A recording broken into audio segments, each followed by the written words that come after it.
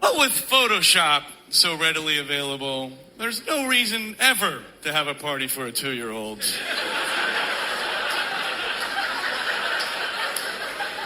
They're not going to know, ever. It's not in their conscious memory. At worst case scenario, 30 years later, you'll have an awkward conversation with your middle-aged kid going, and your kid will go, "Hey, why did we have my second birthday party at the pyramids of Giza?" That's how much we loved you. And being at this birthday party was awkward enough from the first moment I got there, because the only person I knew at the whole party was the 2-year-old.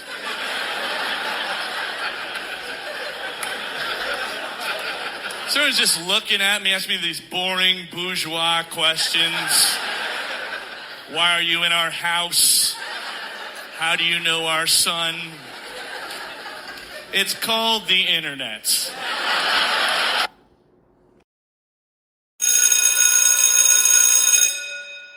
Good morning. It's Wednesday, Management Wednesday, July the 17th, and this is The True Conservative. Welcome to all the butchers, bakers, and candlestick makers out there. I'm Ron, your host, and the only true conservative in the United States today. So today, after the Serenity Prayer and the patriotic song of the day, we will have the patriotic shorts, motivation, Bishop Barron, Ayn Rand, the 33 strategies of war, and management of the absurd. All that and more when I get back.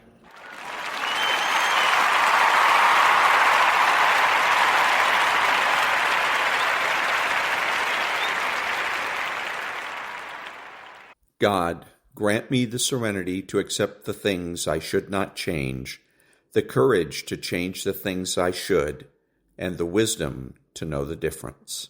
Amen.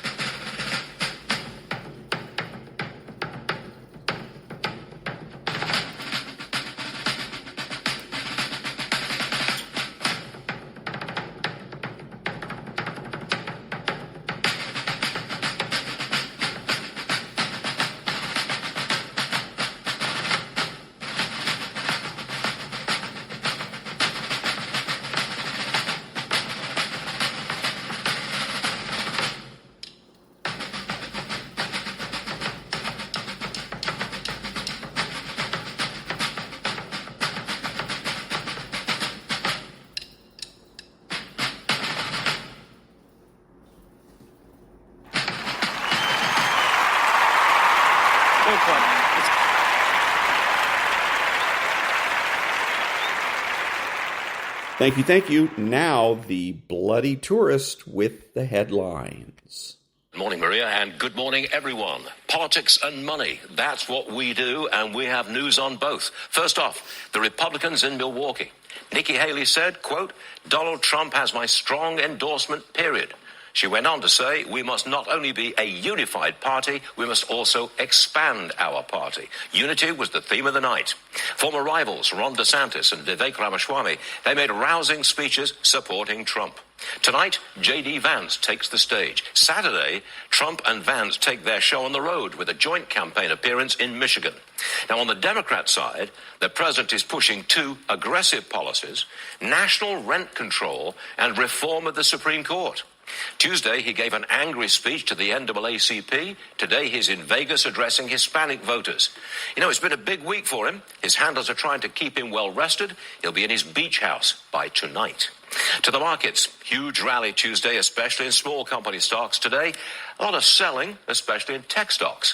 The Dow up 700 yesterday, down about 140 today. And look at that NASDAQ, way up yesterday, down 300 in pre-market action this morning. Bitcoin, we're looking at $64,700 a coin. Interest rates, not much change. The 10-year is at 4.19%. And the 2-year, 446, no, now is 448. Oil, still in the low 80s, 81.63. No change for gas at 351. No change for diesel at 385. All right, let's get to politics.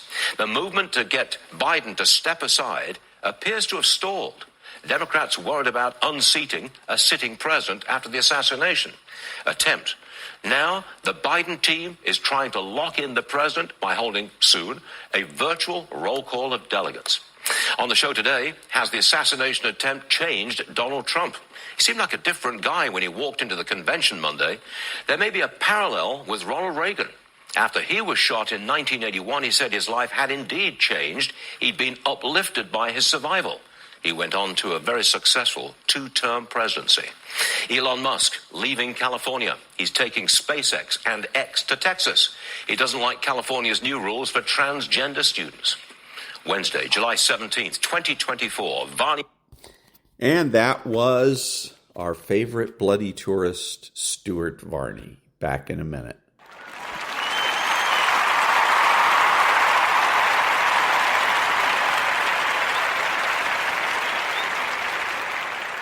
Thank you. And now, Stuart Varney's My Take. 70.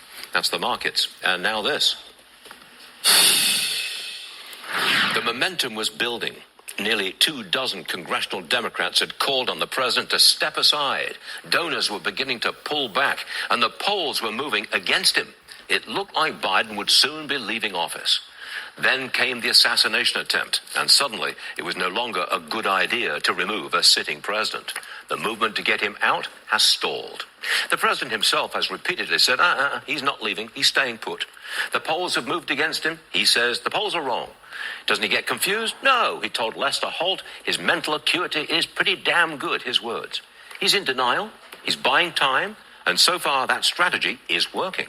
There have been no further defections in Congress since the assassination attempt. Now, the Biden team is moving to lock in his nomination early. They plan a virtual roll call of delegates. Once they've made their commitment to Biden public and official, it becomes much more difficult to get them to commit to somebody else. And here's another reason for Democrats to keep him. Kamala Harris.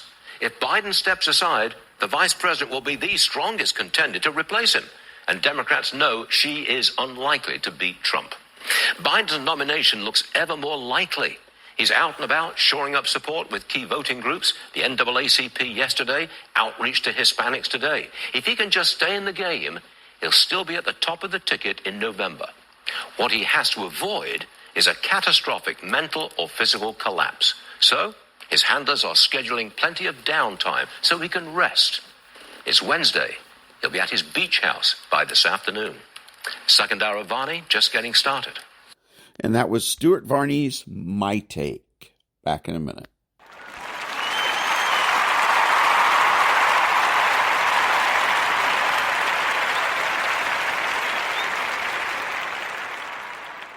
Thank you. And now, the Patriotic Shorts. This is why North Korea is afraid of the SR-71 Blackbird. In August 1981, an SR-71 was flying at over 70,000 feet above North Korea on a mission to capture images of all the missile sites in the country. When 3 enemy surface-to-air missiles locked onto it, the pilots had to make a quick decision. They pushed the throttle to full power, and the SR-71's advanced defensive gear helped it to break the missile locks. However, something unexpected happened. Just as they were approaching South Korea, the generator fail light came on, and the pilots had to make a decision: continue flying or land at the nearest base. After shutting down the engine, they chose to land at Seongnam Air Base near Seoul. When they landed, they tried to hide the aircraft due to the secret nature of their mission, but pretty soon it became obvious. On February 25, 1991, an A-10 Warthog pair was searching for enemy tanks over southern Iraq, but there was a haze cover over there. One pilot came up with the idea to follow the tank tracks on sand. This plan worked, and soon they found 6 Iraqi tanks. In less than 15 minutes, all were eliminated with AGM-65 Maverick missiles and GAU cannon. When they landed for refueling at a forward operating site, they heard that U.S. Marines in the southwest of Kuwait needed urgent help. The A-10s quickly took off and arrived there. They saw 10 tanks on both sides of the road, and after a fierce fight, they were all gone. Hogs then landed at their main base, but it wasn't over yet. In the suburbs of Kuwait City, close air support was needed. The Saudi military fired artillery into the area, and then the A-10s went in, destroying 7 more Iraqi tanks. In the end, the crew found they had set a record for Avenger and Maverick hits. On February 11, 1992, the Los Angeles-class submarine USS Baton Rouge was just 14 miles away from Russia. She was keeping a close eye on Russian naval activities under Operation Holy Stone off Kilden Island. At 8:16 p.m., the Baton Rouge was hit by something big. Whatever it was, it struck the submarine from below. The nuclear-powered submarine's hull was scratched. But what was happening? Well, the Russian nuclear-powered submarine K-276 Kostroma was lurking beneath the Baton Rouge. When Kostroma made an attempt to surface beneath the American submarine, both subs collided. Kostroma's conning tower was shattered, and the Baton Rouge's hull was hit with such force that her anechoic tiles lodged into Kostroma's hull. Fortunately, none of the submarines faced any mishaps with their nuclear reactors or cruise missiles on board, as well as crews. Both vessels surfaced in the Barents Sea and then returned to their ports for repairs. On February 8, 1974, an F-4 pilot deployed on one-year duty at Keflavik Air Base in Iceland went airborne. He and his wingman were going to intercept a Russian aircraft. On those days, at least 2 intercept missions were taking place each week on Fridays and Sundays. That day, a Russian Tu-95 bomber, aka Bear, was going to Cuba from Murmansk on a training sortie while flying close to Iceland. Both F-4 Phantoms approached the bomber, and then something eye-catching happened. One F-4 performed an inverted barrel roll over the Russian bomber, as you can see in this photograph. This photo must have reminded you of Maverick's inverted fly over the MiG in the 1986 Top Gun. But guess what? The pilot did this, especially at the request of the Soviet bomber crews. The members inside the Tu-95 informed the F-4 pilot by signaling through their hands. As per the U.S. pilot, this maneuver was not risky at all, and was not difficult either. He used to call them as fun missions. And that was the Patriotic Shorts. Back in a minute.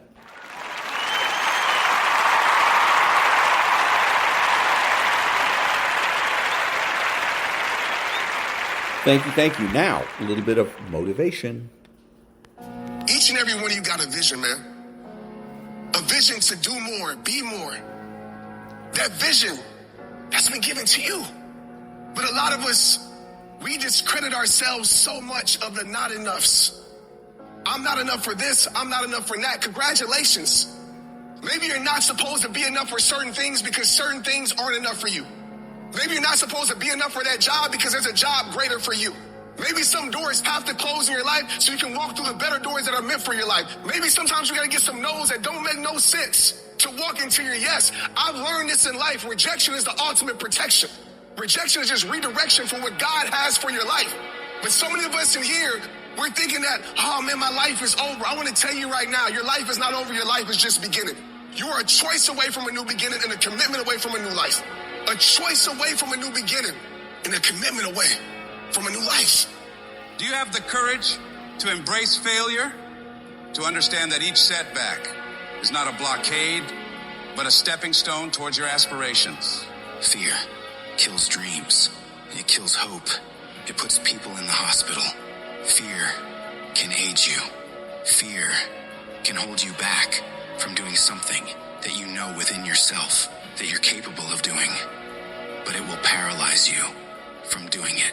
Most people will continue to live quiet lives of desperation, never amounting to anything significant in this life. They might try to do something they really want to do one time. They'll fail and then go back to doing what they were comfortable doing, telling themselves and other people that it doesn't work. And many people hope for great things to happen to them, but they don't really believe it. Hope is bullshit because it's not in your hands. You can't control hope, man. But when you get belief, it's the belief that you harness through hard work and dedication. And it's something that you know what you are capable of because you've gone there several times in those dark times. So my belief, why I kept on going back to Navy SEAL training and going back to all these different things, not because I hoped training would get easier. It's because I believed I can make it.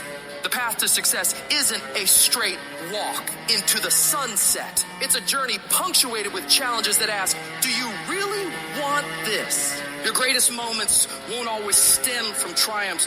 Often they are born from defeats. For it is in these defeats that we learn to rise again. Don't surrender to your struggle. Make that struggle surrender to you. You see, pain is temporary, but giving up is forever. Never settle for good enough when you know inside you live something better. You didn't come this far just to settle. You didn't come this far just to accept whatever. You came this far to take it to your next level. You came this far to become something greater. They don't care what odds are stacked against you, my friends. You are highly faithful. So for your family, for your life, for your vision, for this world, don't you ever stop working.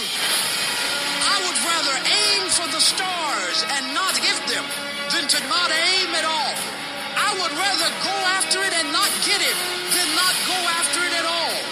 I'd rather try and fail than not try at all. I don't want to live with that idea. Wonder what would have happened had I done more with my life. I'm gonna go for it. Come hell or high water, I'm going after my destiny. And I ask you a question, what is the benefit? What's the benefit of allowing fear to hold you back? What's the benefit of giving up on yourself? Of not stepping out on life and taking life on? What is the benefit for you? What's the plus in that? You gotta ask yourself, how long am I gonna allow this to hold me back? You cannot let your fear hold you back from your destiny. You have to feel the fear and do it anyway. Do it broke. Do it scared. Do it nervous. Do it trembling. Do it on your knees. Do it with help. Do it on crutches. Do it in a wheelchair. Whatever the case may be, you gotta do it. Because you don't want to end up in a nursing home, sitting on your deathbed wondering what would have happened if you'd only had more courage. You don't want to end up in an old folks home, and your dying thought is, I wish I would have tried harder. You are rare, unique, in a class all by yourself. You have a voice, a fingerprint, thoughts like nobody else. Believe even when everything falls apart. You might not know how, but believe you'll make it. Declare, this is my life. These are my dreams. I can have whatever I want, be whatever I want, go wherever I want, and I'm going to go all in to get it. You need to wake up in the morning and decide I'm going to be fearless. I will not allow fear to take control of my life. I'm in charge here. And that was a little bit of motivation. Back in a minute.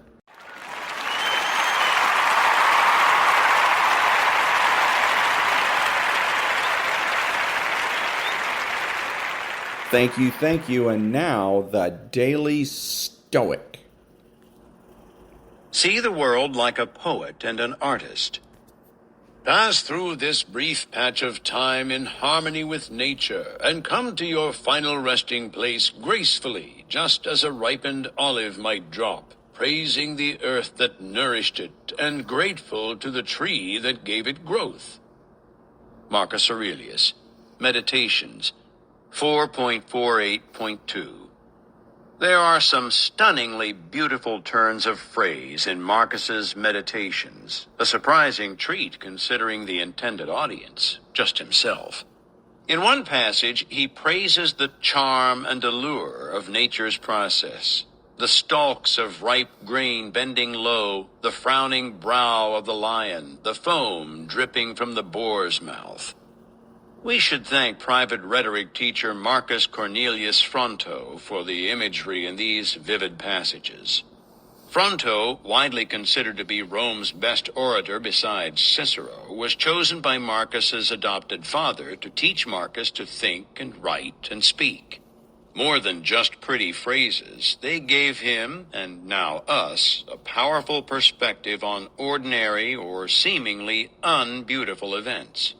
It takes an artist's eye to see that the end of life is not unlike a ripe fruit falling from its tree. It takes a poet to notice the way baking bread splits in places, and those cracks, while not intended in the baker's art, catch our eye and serve to stir our appetite, and find a metaphor in them. There is clarity and joy in seeing what others can't see, in finding grace and harmony in places others overlook. Isn't that far better than seeing the world as some dark place? And that was the Daily Stoic by Ryan Holiday. Back in a minute.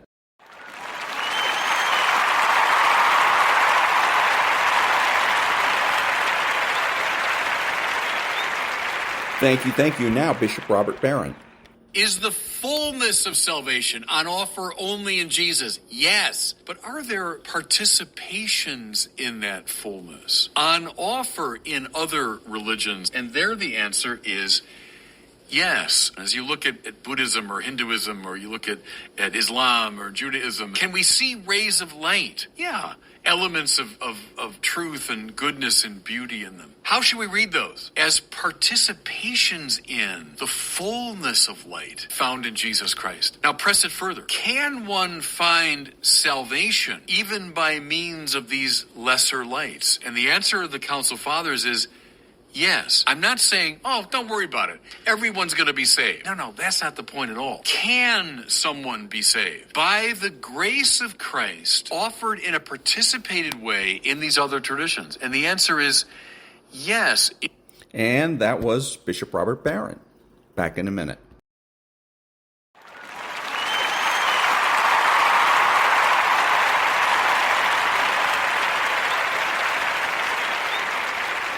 Thank you. And now the Ayn Rand thought of the day. Quote, "There has never been a philosophy, a theory, or a doctrine that attacked or limited reason, which did not also preach submission to the power of some authority. Power seekers have always known that if men are to be made submissive, the obstacle is not their feelings, their wishes, or their instincts, but their minds. If men are to be ruled, then the enemy is reason," unquote. And that's from the Comprachicos, from the book Return of the Primitive by Ayn Rand. Back in a minute.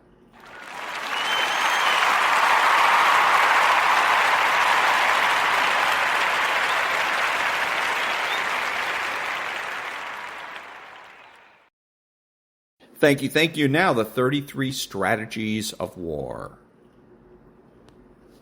In 1498, the 29-year-old Niccolo Machiavelli was appointed Secretary of Florence's Second Chancery, which managed the city's foreign affairs. The choice was unusual. Machiavelli was of relatively low birth, had no experience in politics, and lacked a law degree or other professional qualification. He had a contact in the Florentine government, however, who knew him personally and saw great potential in him. And indeed, over the next few years, Machiavelli stood out from his colleagues in the Chancery for his tireless energy, his incisive reports on political matters, and his excellent advice to ambassadors and ministers. He won prestigious assignments, traveling around Europe on diplomatic missions, to various parts of northern Italy to meet with Cesare Borgia, to ferret out that ruthless statesman's intentions on Florence, to France to meet with King Louis XII, to Rome to confer with Pope Julius II. He seemed to be at the start of a brilliant career. Not all was well, however, in Machiavelli's professional life. He complained to his friends about the Chancery's low pay. He also described doing all the hard work in various negotiations, only to see some powerful senior minister brought on board at the last moment to finish the job and take the credit. Many above him, he said, were stupid and lazy, appointed to their positions by virtue of birth and connections. He was developing the art of dealing with these men, he told his friends, finding a way to use them instead of being used. Before Machiavelli's arrival in the Chancery, Florence had been ruled by the Medici family, who, however, had been unseated in 1494 when the city became a republic. In 1512, Pope Julius II financed an army to take Florence by force, overthrow the republic, and restore the Medicis to power. The plan succeeded, and the Medicis took control, well in Julius's debt. A few weeks later, Machiavelli was sent to prison, vaguely implicated in a conspiracy against the Medicis. He was tortured but refused to talk, whether about his own involvement or that of others. Released from prison in March 1513, he retired in disgrace to a small farm owned by his family a few miles outside Florence. Machiavelli had a close friend in a man called Francesco Vettori, who had managed to survive the change in government and to ingratiate himself with the Medicis. In the spring of 1513, Vettori began to receive letters in which Machiavelli described his new life. At night, he would shut himself up in his study and converse in his mind with great figures in history, trying to uncover the secrets of their power. He wanted to distill the many things he himself had learned about politics and statecraft. And, he wrote to Vettori, he was writing a little pamphlet called De Principatibus, later titled The Prince, where I dive as deep as I can into ideas about this subject, discussing the nature of princely rule, what forms it takes, how these are acquired, how they are maintained, how they are lost. The knowledge and advice imparted in this pamphlet would be more valuable to a prince than the largest army. Perhaps Vettori could show it to one of the Medicis, to whom Machiavelli would gladly dedicate the work. It could be of great use to this family of new princes. It could also revive Machiavelli's career, for he was despondent at his isolation from politics. Vettori passed the essay along to Lorenzo de' Medici, who accepted it with much less interest than he did 2 hunting dogs given to him at the same time. Actually, the prince perplexed even Vettori. Its advice was sometimes starkly violent and amoral, yet its language was quite dispassionate and matter-of-fact, a strange and uncommon mix. The author wrote the truth, but a little too boldly. Machiavelli also sent the manuscript to other friends who were equally unsure what to make of it. Perhaps it was intended as satire? Machiavelli's disdain for aristocrats with power but no brains was well known to his circle. Soon, Machiavelli wrote another book, later known as The Discourses, a distillation of his talks with friends since his fall from grace. A series of meditations on politics, the book contained some of the same stark advice as the earlier work, but was more geared toward the constitution of a republic than to the actions of a single prince. Over the next few years, Machiavelli slowly returned to favor and was allowed to participate in Florentine affairs. He wrote a play, Mandragola, which, though scandalous, was admired by the Pope and staged at the Vatican. He was also commissioned to write a history of Florence. The Prince and the Discourses remained unpublished, but they circulated in manuscript among the leaders and politicians of Italy. Their audience was small, and when Machiavelli died in 1527, the former secretary to the Republic seemed destined to return to the obscurity from which he came. After Machiavelli's death, however, those 2 unpublished works of his began to circulate outside Italy. In 1529, Thomas Cromwell, the crafty minister to Henry VIII of England, somehow got hold of a copy of The Prince, and, unlike the flightier Lorenzo de' Medici, read it closely and carefully. To him, the book's historical anecdotes made for a lively and entertaining read. The plain language was not bizarre but refreshing. Most important, the amoral advice was in fact indispensable. The writer explained not only what a leader had to do to hold on to power, but how to present his actions to the public. Cromwell could not help but adapt Machiavelli's counsel in his advice to the king. Published in several languages in the decades after Machiavelli's death, The Prince slowly spread far and wide. As the centuries passed, it took on a life of its own, in fact, a double life. Widely condemned as amoral, yet avidly read in private by great political figures down the ages. The French minister Cardinal Richelieu made it a kind of political Bible. Napoleon consulted it often. The American President John Adams kept it by his bedside. With the help of Voltaire, the Prussian King Frederick the Great wrote a tract called The Anti-Machiavel, yet he shamelessly practiced many of Machiavelli's ideas to the letter. As Machiavelli's book reached larger audiences, his influence extended beyond politics. Philosophers from Bacon to Hegel found in his writings confirmation for many of their own theories. Romantic poets, such as Lord Byron, admired the energy of his spirit. In Italy, Ireland, and Russia, young revolutionaries discovered in the discourses an inspiring call to arms and a blueprint for a future society. Over the centuries, millions upon millions of readers have used Machiavelli's books for invaluable advice on power. But could it possibly be the opposite? That it is Machiavelli who has been using his readers? Scattered through his writings and through his letters to his friends, some of them uncovered centuries after his death, are signs that he pondered deeply the strategy of writing itself and the power he could wield after his death by infiltrating his ideas indirectly and deeply into his readers' minds, transforming them into unwitting disciples of his amoral philosophy. Once retired to his farm, Machiavelli had the requisite time and distance to think deeply about those matters that concerned him most.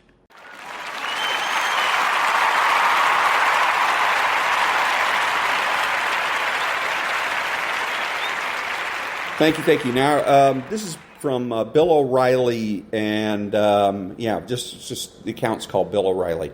Bill looks ahead to Thursday night's Biden press conference, and the press conference has already happened. So he did this prior to, and he has a list of questions that he thinks that Biden should be asked. What I do, okay, we ask questions that pertain directly to the American people. So I have 10 questions I want to ask Joe Biden. All right, the first one is, it might be a good thing for Americans if you had an independent neurological exam. Your opponent as well. That could reassure some citizens. Will you do it? Now, the answer to that question will be, as it was in the past, well, watch me. All right, my neurological exam is every day in the White House. And then I'd have to break in and say, okay, I'm taking that as a no. You will not reassure the American people by taking a neurological exam. That's it. It's over. Can't force them to do it. That's question number one. Question number two. So far, your immigration policies have cost the American taxpayers about $500 billion, and that's rising. How can you justify that? Now, that question would befuddle Biden, because he doesn't even know how much it's cost, and he doesn't know why the border is open, and he doesn't know anything about it. So that would just blow him right off the stage, that question. Third question. Deaths from narcotics have risen 36% on your watch, Mr. President. Why? You don't get more simple. I'm a simple man. That's a simple question. You're asking the President of the United States why drug ODs are up 36% on his watch. Why?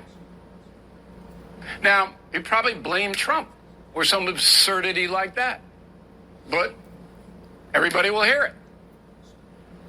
Fourth question. Grocery prices have increased 21% since the start of your term. Why? Same thing. He'll blame Trump. But you have to get the question on the record. And everybody will see the Trump haters discount them. Okay? All right, next price. Average price of gas, up 38%. Why? So that's 3 in a row. Okay? You got grocery, you got gas, you got drug deaths. Why? Why all the rise? Biden doesn't know. He'll default. It's Trump's fault.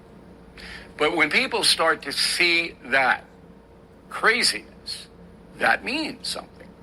Okay, then we go on to another question. Why did your administration, Mr. President, abandon $7 billion worth of weapons to the Taliban? Another simple question. The U.S. Pentagon, the military, knew by cutting and running from Afghanistan, they were going to have to leave $7 billion of weapons in the hands of terrorists. Why did you okay it as Commander-in-Chief?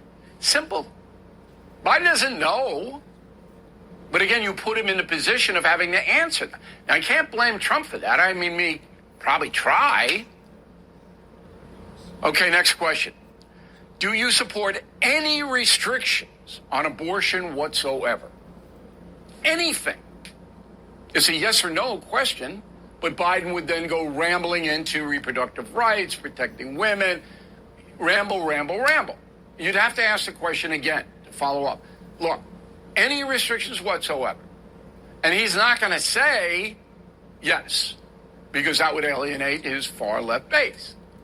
So then a follow-up question to that, and this is the most provocative question in my top 10.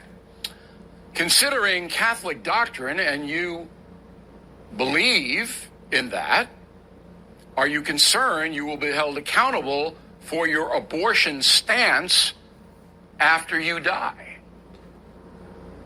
Well, you can't blame Trump, right? Now, that is a tough question. So if he is a Catholic, says he is, after you die, you may have a problem here. I'd love to hear the answer to that one. That goes right to his core belief system. Next question. Do you support a wealth tax whereby the federal government would demand payments on unrealized investment gains? That means if you have a gain on paper, you'd have to pay a tax on it to the federal government. That is a wealth tax. Yes or no, Mr. President? Now, he doesn't even know what a wealth tax is. So I don't know how he answers that. All right? Finally, and this is the crusher of all crushers. Mr. President, you appointed Vice President Harris to explore the root causes of illegal immigration. What did she report back to you? How about that question, huh? What'd she report back 2.5 years ago? Think Biden could answer that? All right. Now, we posted all of those questions on BillO'Reilly.com, so you can... So, Bill O'Reilly, let's go over this. So he's got 10 questions here, and the problem with all of his questions is, again, they appeal to conservatives. I would expect that if Bill O'Reilly was in the press pool and he was asking any or all of these questions, none of them would get answered. The president wouldn't even bother to answer them because nobody on the left gives a damn about any of those questions. They don't care. The New York Times is not going to hold the president accountable if he decides not to answer any of these questions, right? They're not going to write an op-ed and say, oh my God, he didn't answer the abortion question. They don't care. So this is what I'm talking about when I say that the right keeps preaching to the choir. They got to quit doing this. You've got to be able to reach the people on the left. So my idea here is to rephrase these questions. Let me see what we got here. The neurological situation. Are you willing to take a neurological exam? And I wouldn't even bother with that question. I don't care about it as a conservative. The left doesn't care about it either. Nobody cares about whether or not he takes a neurological exam. We know what we see. Okay, if we see him bumbling and stumbling and forgetting and calling Zelensky Putin, okay, we know what we see, right? So I'd skip that question entirely. The next question has to do with money, and he has, I think, a couple of questions in there about wasting money. The border, there's $500 billion, and then there's another question about $7 billion that was wasted in Afghanistan. Okay, now if you just leave it at that, again, the people on the left don't care. For them, it's just money. Money is just money. You know, that it's all psychological. You just run the printing presses and you keep printing out more money. They're not frugal. The left is not frugal. Now, if you rephrase the question about money and say $7 billion was lost in Afghanistan, wouldn't that money have been better spent doing single-payer health care? See, that's a question he has to answer, because the New York Times is going to be listening to that, and they're going to wait for his response. Or $7 billion, wouldn't that have been something to help defeat climate change? Wouldn't those $7 billion be better spent defeating climate change? Wouldn't those $7 billion be better spent on the Green New Deal? Okay, that's a tough question. Okay, what else does he got here? Deaths. The deaths that he's talking about from fentanyl and drug overdoses, and that's all coming from over the border. So you would rephrase it so you would say, yeah, there's all these deaths that have come from drug overdoses, which comes from the border. And we know that you're letting all these people in so that you can shore up Social Security. Are those deaths worth it?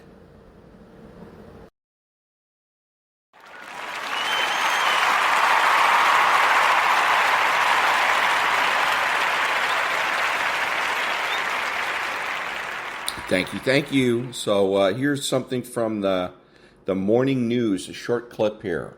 Of backlots. We want people shooting in our city, and we need Sacramento to hear it and get us back our tax incentives to keep production in Los Angeles. State leaders tackling this issue at the Hollywood Chamber of Commerce State of the Industry Luncheon. I think the tax credit was much too small when we have New York and Georgia with $800 million and unlimited tax credits. You have people from other parts of the state, quite frankly, who don't see the value of it, and we have to fight like hell every single time to get what we get. And Rick's right, it's not big enough. Projects like... So this is about sound stages that are being created. And so the first woman that you heard was the Secretary-Treasurer of SAG-AFTRA, and then the other one was an assemblyman from West Hollywood. And so they were talking about, again, tax credits. And this is what I'm talking about. I don't mind taxes, but the issue is always exemptions. Who's going to be exempt? And again, when the left talks about let's soak the rich, who's richer than Hollywood? Who is richer than Hollywood? But they give them a break. So the Democrats don't really ever soak the rich. They only soak the rich that they don't like. So, and if you're going to raise taxes, then you got to raise them on everybody.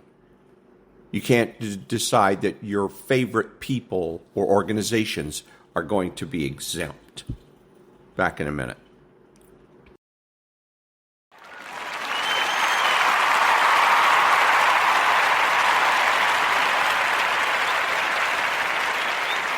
Thank you. So Kevin O'Leary is being interviewed here on Varney and Company. Let's have an open forum, disclose what you know, and give them a chance to make their case. This is what I do in the private sector. I've done it hundreds of times with executives. They deserve their chance to make their case openly and transparently, as Rick Scott suggested should happen. However, if it's clear that there has been a breach in leadership or the executional skills are lacking, which may be the case, I don't know, but at least they got their chance, then what you say to them is, look, I'm going to fire you, but I'm going to give you the option to resign.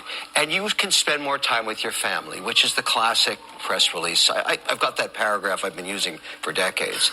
Spend time with their family. It means you whack them. Yeah. But that's at least the fair way to do it. It is.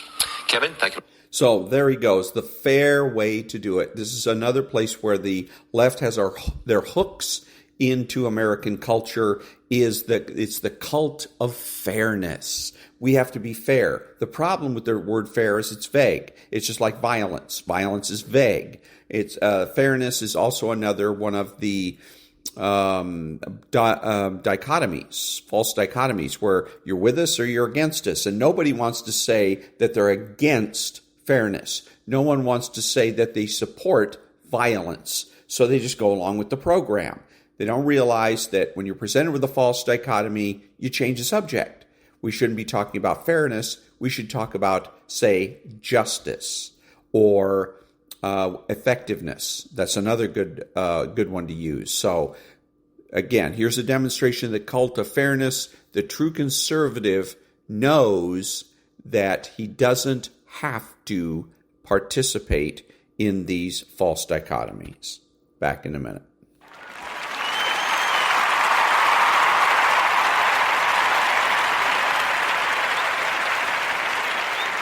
Thank you. So I'm listening to Bill O'Reilly on Sean Hannity's show, and he's talking about how Trump has changed his tone. There's a lot of people that are making that suggestion, and they keep thinking that it's because of the attempted assassination. It has nothing to do with it. It has absolutely nothing to do with it. These people are so myopic, it's unbelievable. The reason that he's changed his tone is because he doesn't need to be sharp anymore. When in 2016 and 2020, he was facing headwinds, gale force, maybe hurricane force headwinds. It seemed like the whole world was out to get him. Everybody hated him. In 2024, the winds are at his back. He has momentum, and he keeps picking up momentum. No matter what they throw at him, things get better and better. He gets more and more popular. The leader of the Senate on the Republican side, the butthole that screwed up the Senate, even started kissing his butt. J.D. Vance had nothing nice to say about him in 2016 and 2020, and now is his VP. So there's a lot of Republicans that have done a 180. Nikki Haley had a nice speech last night. So again, it's easy to be conciliatory. It's easy to be magnanimous. It's easy to tone it down when you have nothing but support. You have, what do they call it in the Navy? Following seas. Fair winds and following seas. And that's exactly what Trump has now. He's got the momentum. It's easy to be nice and relaxed and to tone things down. Easy. It's got little to do with what he experienced on Saturday and more to do with the overwhelming amount of support that he's receiving across the country. Back in a minute.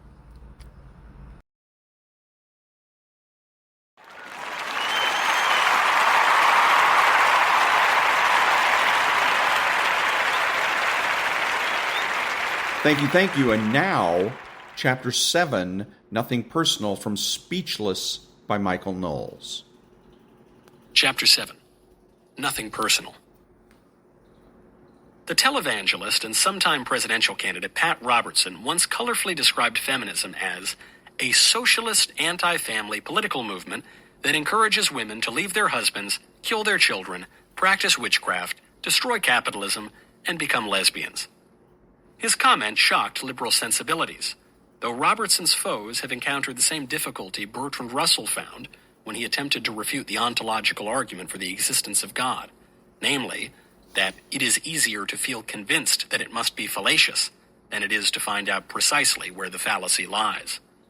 Feminists of the mid to late 20th century may not have flown around on broomsticks, but they nevertheless inflicted a curse on the culture in the form of political correctness. Leftist academics contrived the intellectual framework for political correctness in the 1920s and 30s. Novelists around the world prophesied the political effects of PC in the 1930s, 40s, and 50s. Student radicals, armed with the writings of Mao and Marcuse, took up the cause in the 1960s. And in the 1970s, feminists helped political correctness break into mainstream public discourse. A man cannot be politically correct and a chauvinist, too, averred the feminist activist Toni Cade in her 1970 anthology, The Black Woman. Nabokov may have coined politically incorrect in print, but Ruth Perry identifies Cade's remark as the first instance of politically correct in its present meaning. Sexual politics powered the expansion of political correctness beyond niche ideological circles and into the broader public sphere during the ensuing decade. Feminists sought to overthrow a culture they decried as patriarchal by making language fickle, which itself required a fundamental restructuring of the political order.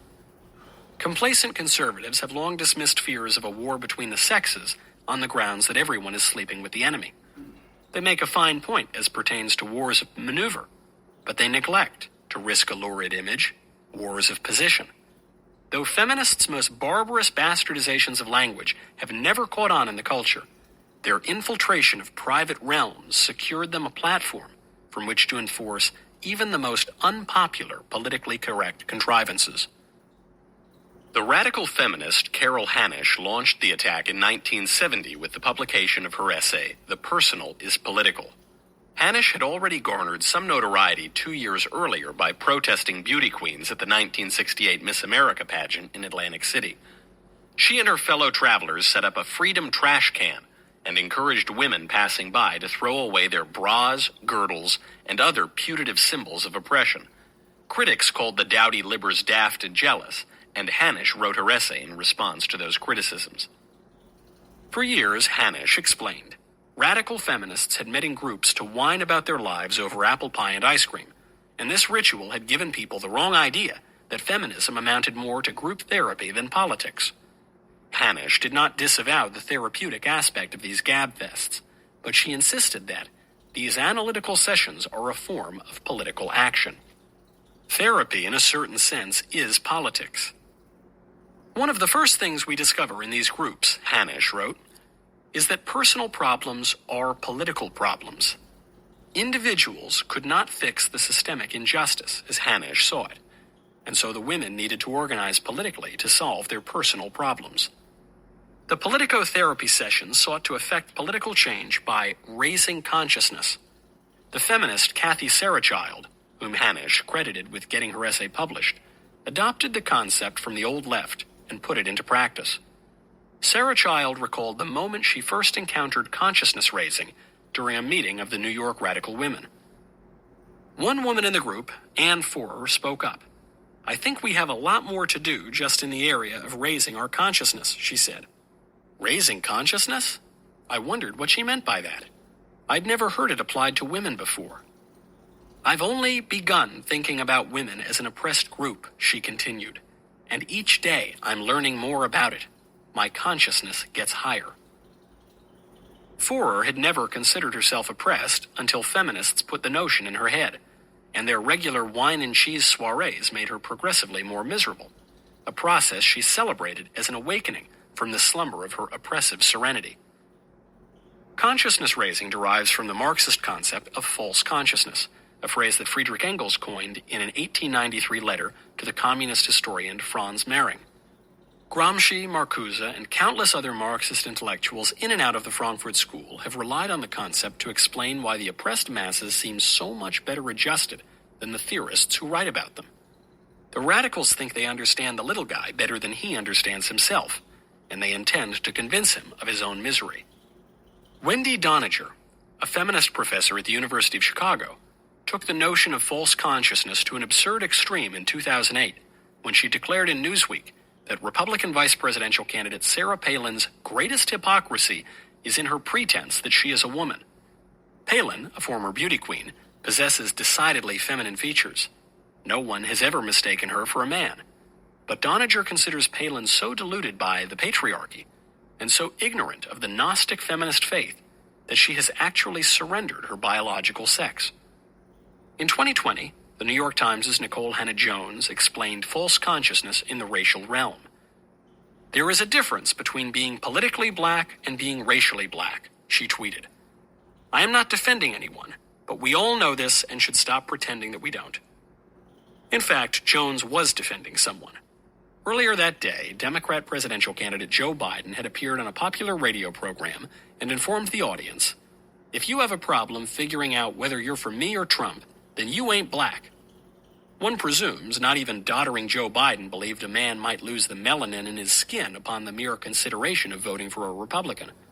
He knew that the open-minded voter of African extraction would retain his hue. But according to the presidential candidate, on a deeper, metaphysical level, that man would abandon his blackness, which Biden, Jones, and the rest of the radicals believe has more to do with political consciousness than color. Back in 1970, Carol Hanisch translated Sarah Child's vision of consciousness raising into a political plan of action.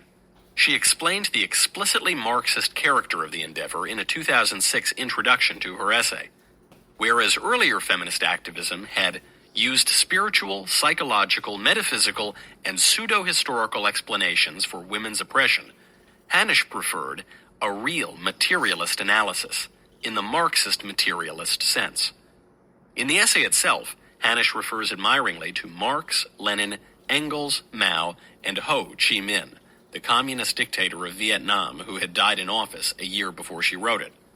Like Gramsci before her, she recognized that cultural upheaval must predate political revolution. American culture cherished the separation between public and private spheres, on which Republican government rests, so she set out to destroy that distinction. John Locke, the liberal English philosopher who helped shape the American founding, insisted on a separation between public and private. That is, between the familial and the general, or, in Carol Hanisch's words, the personal and the political. He began his second treatise of government by declaring, "The power of a magistrate over a subject may be distinguished from that of a father over his children, a master over his servant, a husband over his wife, and a lord over his slave."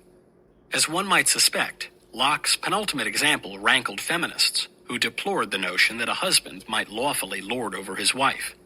Whereas Locke sought to circumscribe the scope of government and its interference with the family, feminists feared the patriarchal family more than they did the state. Ironically, in their ideology, the second-wave feminists of the 1970s aligned more closely with thrown-and-altar conservatives whose monarchical philosophy the liberal Locke sought to supplant. In Patriarcha, a defense of the natural power of kings against the unnatural liberty of the people, Sir Robert Filmer defended the political legitimacy of monarchs on the personal grounds that kings are the fathers of their people. Present-day feminists might require a fainting couch should they discover that they hold more in common with the author of Patriarcha than with the father of liberalism. But their radical foremothers, or foreaunts more likely, had their reasons for rejecting limited liberal statecraft. Locke's distinction between the public and the private protected home life from the intrusions of work and politics, but women remained stuck at home regardless of who ruled. Though Locke's emphasis on the rights of the individual no doubt shaped the entitled tone of feminism more than Filmer's focus on reverence and humility, feminists took the more conservative tack and eschewed the liberal protections of private life in order to transform the personal as well as the political.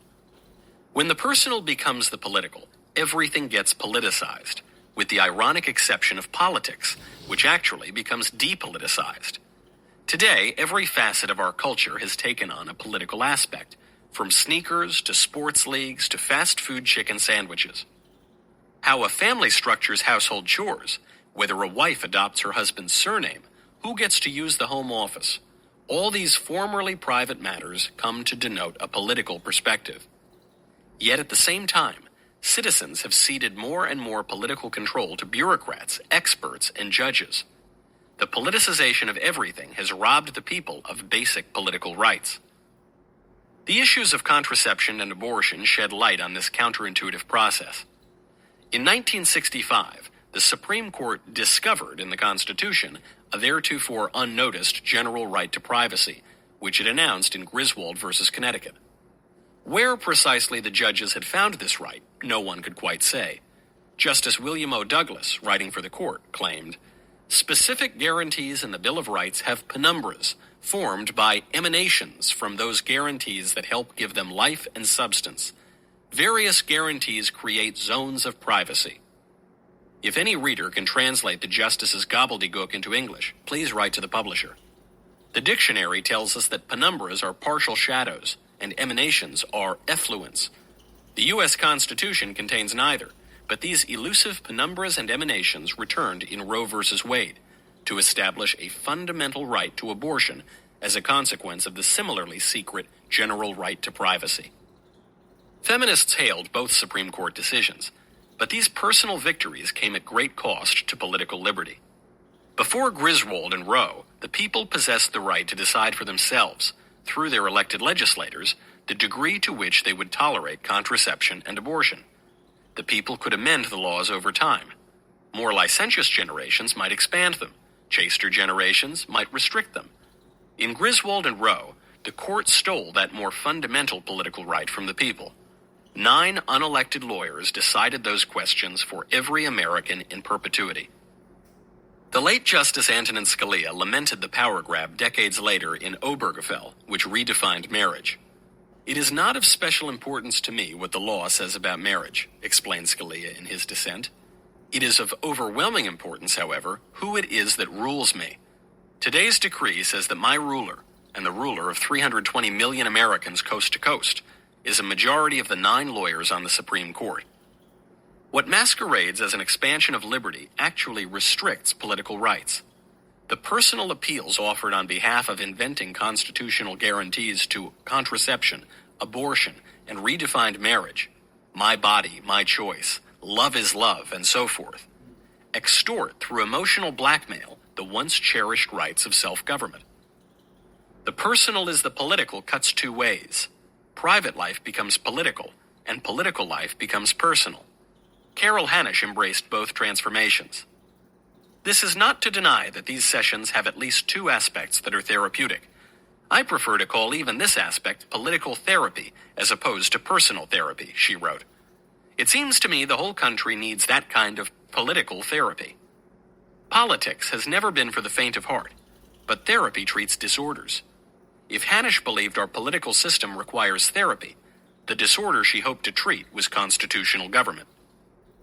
Progressives of an earlier era had already weakened constitutional government by taking many political decisions out of the hands of the people and their representatives, and putting them into the hands of bureaucrats and the administrative state.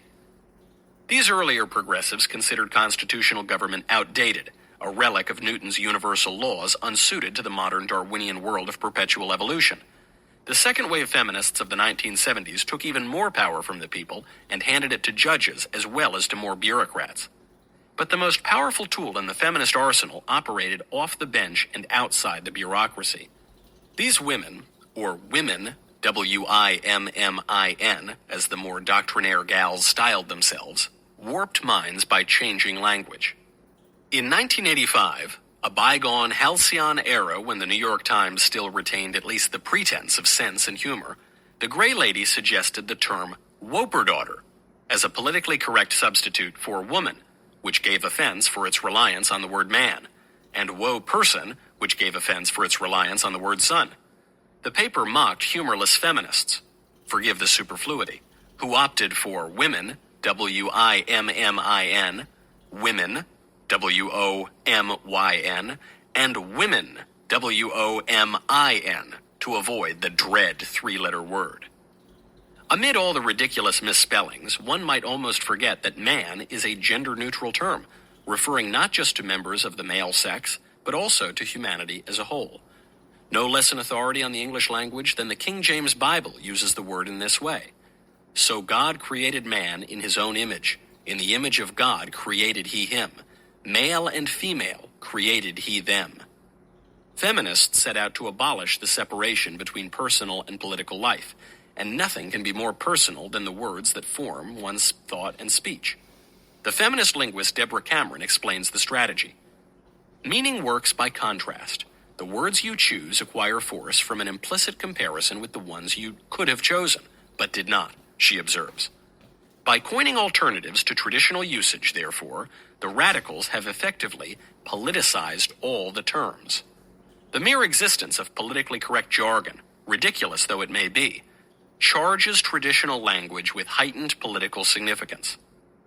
Women, W-I-M-M-I-N, never quite caught on, but other politically correct feminist formulations have taken hold. The coinage of chairwoman and chairperson unseated the traditional gender-neutral chairman because of its perceived political incorrectness. Often, chairpersons go by the bizarre abbreviation chair, as though they were pieces of furniture rather than the people who sit on them. Now to refer to oneself as a person rather than a seat connotes a political worldview. Christopher Hitchens, a left-wing opponent of political correctness, observed, "The real tendency of PC is not to inculcate respect for the marvelous variety of humanity, but to reduce each group into subgroups and finally to atoms, so that everyone is on their guard against everyone else. Political correctness breaks the unconscious bonds and traditions that protect private life from the intrusions of ideological engineering. Rather than dismissing this semantic engineering and retreating to stale platitudes about a neutral or depoliticized world, conservatives ought to admit that the feminists have a point. They recognize that traditional language and behavior prop up a traditional moral standard, which they seek to overthrow. They manipulate language in order to transform the consciousness of women who, they believe, unwittingly uphold wicked and false ideas about sex in particular and human nature in general. The second-wave feminists understood that culture can never be neutral, so they undertook to rewrite the terms of engagement. Lazy liberals of the left and right parrot slogans about the marketplace of ideas without ever taking seriously the radicals' complaint that someone sets and enforces the rules of the market. They don't even inquire into the provenance of that phrase, which entered the American mind in 1953 through a concurring opinion written by the infamous sophist William O. Douglas in United States versus Roomley. Here again, one sees the trap of political correctness, which posits a false dichotomy between accepting radical new standards or abandoning standards altogether. Either way, political correctness achieves its purpose of overthrowing traditional society. Simone de Beauvoir, the famous French feminist and strumpet of Jean-Paul Sartre, acknowledged the strategy. Language is inherited from a masculine society and contains many male prejudices, she wrote. Women simply have to steal the instrument. They don't have to break it or try a priori to make it something totally different. Steal it and use it for their own good. Beauvoir erred in her bleak assessment of traditional society's prejudices, which benefit both men and women in different ways.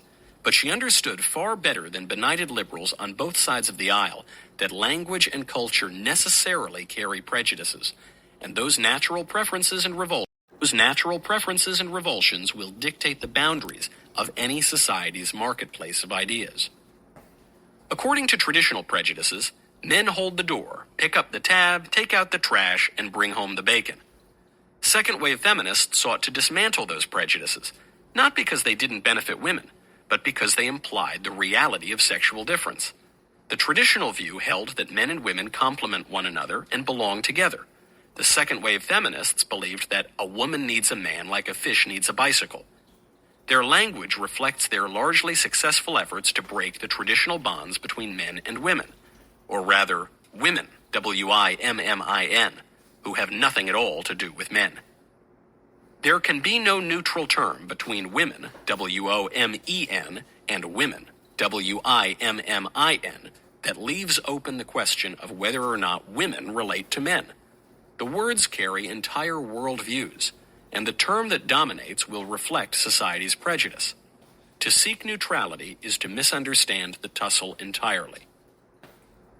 The clear-eyed Simone de Beauvoir tried to explain this hard fact to Betty Friedan, a radical feminist in her own right, whose book, The Feminine Mystique, sparked second-wave feminism in America. During a dialogue that Friedan recorded and published in her collection, It Changed My Life, Beauvoir declared, "No woman should be authorized to stay at home to raise her children. Society should be totally different. Women should not have that choice, precisely because if there is such a choice, too many women will make that one." Then, to make sure Friedan had understood the enormity of her point, she added, "It is a way of forcing women in a certain direction." Friedan objected to Beauvoir's rigidity. "I follow the argument," she responded, "but politically at the moment, I don't agree with it. There is such a tradition of individual freedom in America that I would never say that every woman must put her child in a child care center. One cannot quite tell from Friedan's comments whether she rejected Beauvoir's argument as wrong in itself, or merely on the practical grounds that it would fall on deaf ears, given America's more conservative views of sex and liberty. Friedan may have felt that America was not yet ready for such radicalism. Perhaps she was not ready for it herself. Regardless, Beauvoir had no patience for Friedan's naivete. But that's not how we see it, she continued. We see it as part of a global reform of society which would not accept that old segregation between man and woman, the home and the outside world. In other words, Beauvoir would not accept the distinction between the personal and the political, and Beauvoir's view won the day. As long as the family and the myth of the family and the myth of maternity and the maternal instinct are not destroyed, she concluded, women will still be oppressed. Political correctness seeks to destroy the social order for the purpose of liberation. Radicals from Beauvoir to Black Lives Matter, which undertakes to dismantle the Western prescribed nuclear family, have found in that fundamental political institution the most persistent font of oppression. So they set out to destroy the family as well as the myth of the family. When Beauvoir used strange phrases such as the myth of the family and the myth of maternity, she did not mean to imply that family and motherhood do not exist. Rather, she was taking aim at the veneration our culture affords to motherhood and the family. She objected to the social prejudice that cherishes the family and honors mothers for raising their children. Beauvoir, the jilted common-law wife of a notorious philanderer, considered the family intrinsically oppressive, but all too attractive to women suffering from a false consciousness in a patriarchal society. The word mothering entered the English language sometime in the early 15th century, more than half a millennium before parenting began to replace it. References to a child's parent or guardian have almost entirely supplanted references to mothers and fathers in official documents and even polite conversation, much as the sterile terms partner and significant other have replaced husband and wife in a society that shuns normativity. Liberals may argue that parenting offers a neutral alternative to an outdated sexist term, but that neutrality is illusory, as parenting carries just as many social implications as the traditional word it supplanted. Motherhood implies that women have a special role in raising a child, a role for which they are better suited than men. Parenting suggests that no particular distinction exists between mothers and fathers, or men and women for that matter. A culture that talks about mothering and fathering will more likely preserve the family than one that preaches parenting, which might be undertaken by single women, single men, same-sex couples, mixed-sex thruples, or a commune.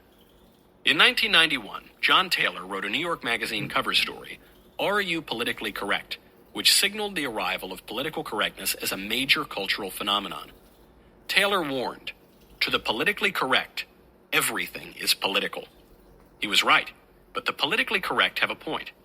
Public life is by definition political, and even the institutions that define our private life exist and develop with the aid and assent of our politics. We fail to recognize the political nature of most things because we take them for granted as the given facts of our society, a cultural inheritance beyond the scope of conscious tinkering and debate. If we tried to reason through the political significance of every action we undertook, we would hardly be able to get out of bed in the morning. When a man holds a door for a woman, he unconsciously makes many political statements, just as the politically correct contend. He implies that women are physically weaker than men. He suggests that men have some responsibility to protect and cherish women. He assumes that men and women complement one another. But he doesn't think about any of that. He gives no thought to holding the door. His mother or father taught him it's polite, and so he does it. Political correctness undertakes a process of criticism, the ruthless criticism of all that exists, in Marx's words, to raise consciousness and make people aware of the political meaning behind their reflexive traditional behaviors. It is an exhausting, tedious process, and people tire of it eventually. But the radicals must break down traditional culture before they can rebuild it after their own fashion. Politically correct radicals have concentrated much of their focus on sex, because sex is the fundamental distinction within man. Other differences, race, height, weight, and so forth, pale in comparison to sex, which rests at the basis of human self-understanding, from Gilgamesh to the Greek myths to Genesis. The dismantling of our sexual self-understanding that took hold through second-wave feminism would reach fruition decades later in transgender ideology. But in the meantime, political correctness took a detour back through the universities, by then more politicized than ever. After Taylor observed that, to the politically correct, everything is political, he continued, "And nothing is more political, in their view, than the humanities, where much of the recent controversy has been centered. The humanities explore what it means to be human, preserving civilization's greatest triumphs and insights from generation to generation.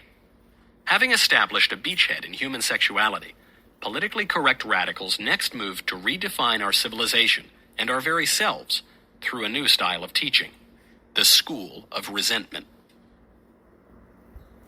And that was Nothing Personal, Chapter 7 from Speechless by Michael Knowles. Back in a minute.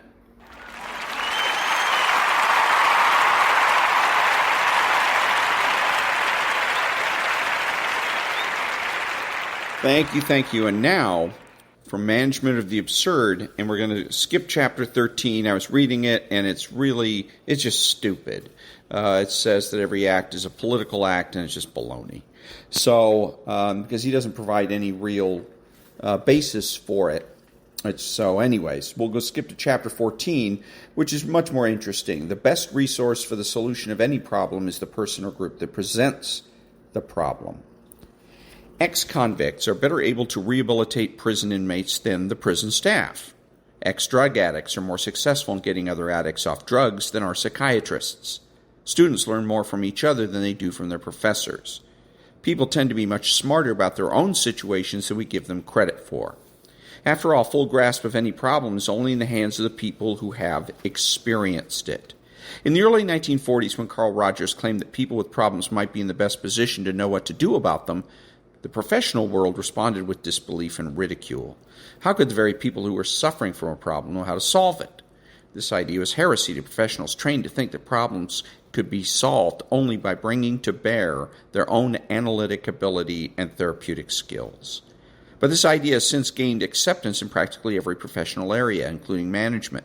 It's not practiced uniformly, of course, because sometimes experts can help, and people are not always the best judge of their own situations. Nevertheless, Rogers' belief, which at one time seemed absurd, now has wide currency. Community planners, for example, recognize the efficiency of involving the people for whom the plans are being made in each stage of the process. It leads not only to wider acceptance of a plan, but improves it because these people often have a keen awareness of issues that professionals have not fully assessed. The clearest validation of this approach is the proliferation of self-help groups. Alcoholics Anonymous, the most famous of these groups, that meet without professional leadership, clearly has a better record of keeping people away from alcohol than the professions dedicated to that effort. There are now thousands of self-help organizations reaching many millions of people, ranging from Weight Watchers to Parents Without Partners to Gamblers Anonymous. Each of them demonstrates the power of people who are themselves beset with the problems and yet are able to help each other in ways that the professionals have not yet learned to do. We can rely on people in this way because within all of us lies a mastery of roles that we rarely, if ever, play, each requiring complex skills that we have somehow learned through the natural course of our lives. That is a basic reason why managers can become effective even though they may never have had a day of formal training. They already know how. Widely approved, seldom practiced.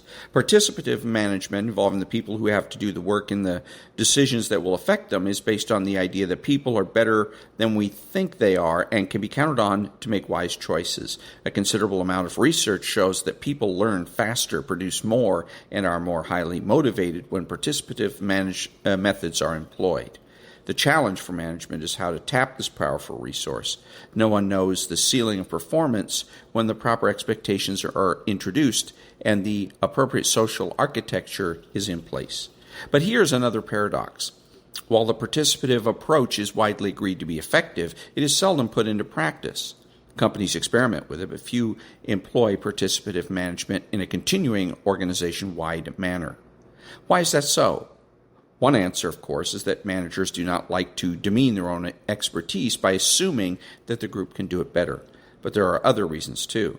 Participative management depends on trusting the group. Most managers simply don't have that confidence and can't take the time to develop that trust.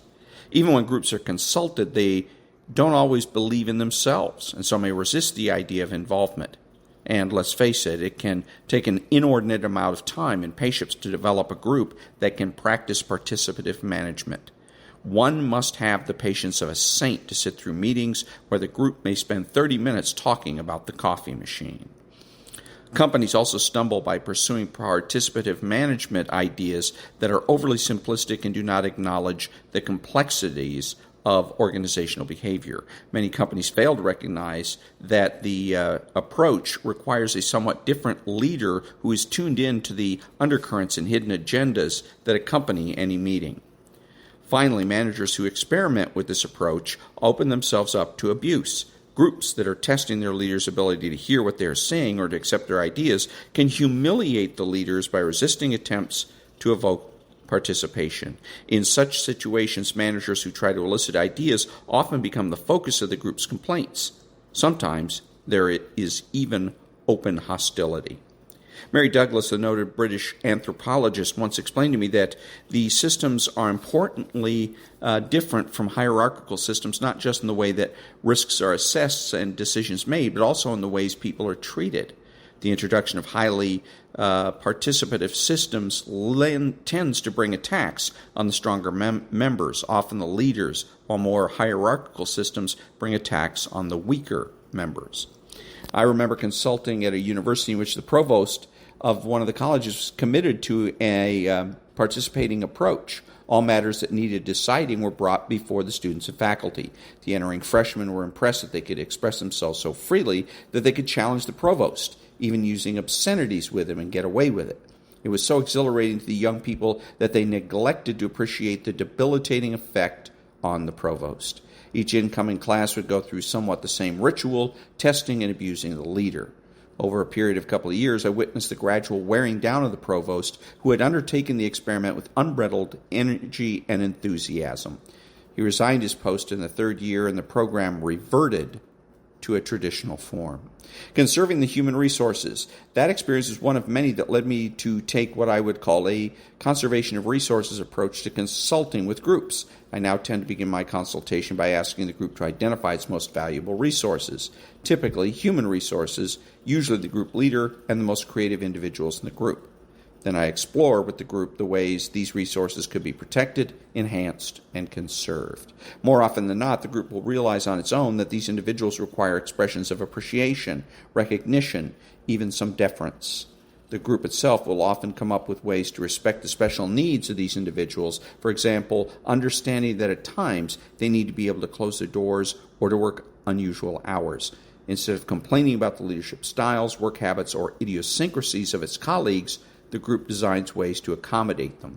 The process provides a foundation on which to build discussions of more fundamental issues. And so that was chapter 14 of Richard Farson's book, Management of the Absurd.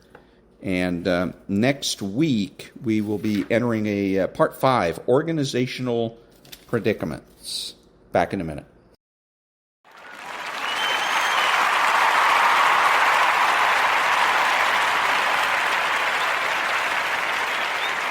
Thank you. The following is one of my voiceover demos. If you're a voiceover artist and you would like to advertise one of your demos on my podcast, please send an MP3 to thedrill12, all one word, at gmail.com. That's thedrill12 at gmail.com. Back in a minute. Americans love scenery. We want to see it all, from one coast to the next, Mount Rushmore down to the Everglades. So hop into a Chevy Malibu and take the scenic route. It's the car you knew America could build. There's a place where people count on friendships they can trace back generations, where they can count on the same stool at the coffee shop waiting for them every morning. This place is called Glen Ellen, and you can find it in every bottle of Glen Ellen wine. This is craft brewed Herman Joseph's, the smoothest, easiest drinking specialty beer in the entire solar system. And I believe you'll find drinkable in the dictionary right after don't order a beer you can't drink. Zoingo! Boingo! The freestyle pogo with more boing, more bounce. Bounce further, bounce higher with Zoingo Boingo. To see what makes Arrowhead Mountain Spring water different from those other waters, you have to go back to the source. And with Arrowhead, that means going back a little farther and longer than most. Between security challenged and security strengthened, there's one important word: how. And it is the how that makes all the difference to our nation and our world. Lockheed Martin. We never forget who we're working for. What makes Kraft Singles so good? 2 out of every 3 kids don't get the recommended amount of calcium. But with Kraft Singles, they get a good source of calcium and the taste they love. Kraft Singles. Magic every single time. Throw boring overboard with a new real meal from Long John Silver's. A meal worthy of a plate, just $4.99. Only at Long John Silver's. We may not all be geniuses, but we can all do something smart. Introducing the Hyundai 199 Sonata Lease. It's a smart deal on a really smart car.